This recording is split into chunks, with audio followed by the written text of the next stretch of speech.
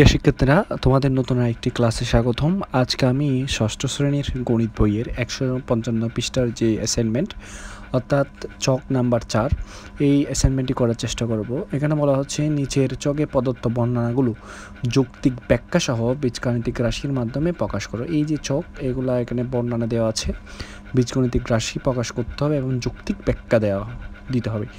তো বন্ধুরা, এটা আমরা করব। চলো এখন করি।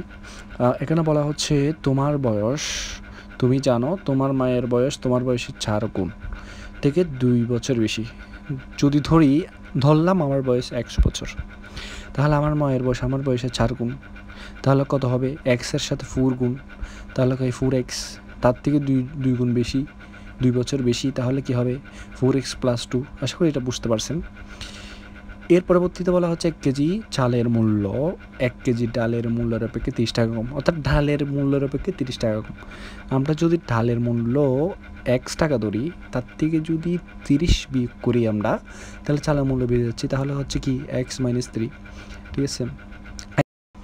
3 নম্বরে বলা হচ্ছে শিলার বাবার বর্তমান বয়স শিলার বয়সের 4 গুণ। ঠিক এই যে প্রথমটার মতো, এখানে যদি আমরা শিলার বয়স x বছর ধরি, তার বাবার বয়স যেহেতু তার থেকে 4 গুণ বেশি, তাহলে 4x বছর হয়। তারপর বলা হচ্ছে শিলার দাদার বয়স শিলা ও তার বাবার বয়সের সমষ্টির অপেক্ষে 15 বছর বেশি। এখানে সমষ্টি মানে কি? যোগ। অর্থাৎ যদি শিলার বয়স x বছর হয়, তার বাবার বয়স 4x, তাহলে 4x + x তার থেকে কত বেশি? এই যোগফল থেকে 15 বছর বেশি, তাহলে আমরা লিখতে পারি 4x + x + 15। আশা করি বুঝতে পেরেছেন। আপনারা এভাবে করবেন। এখানে আমি যৌক্তিক ব্যাখ্যাগুলো দিয়েছি, এগুলো পড়বেন।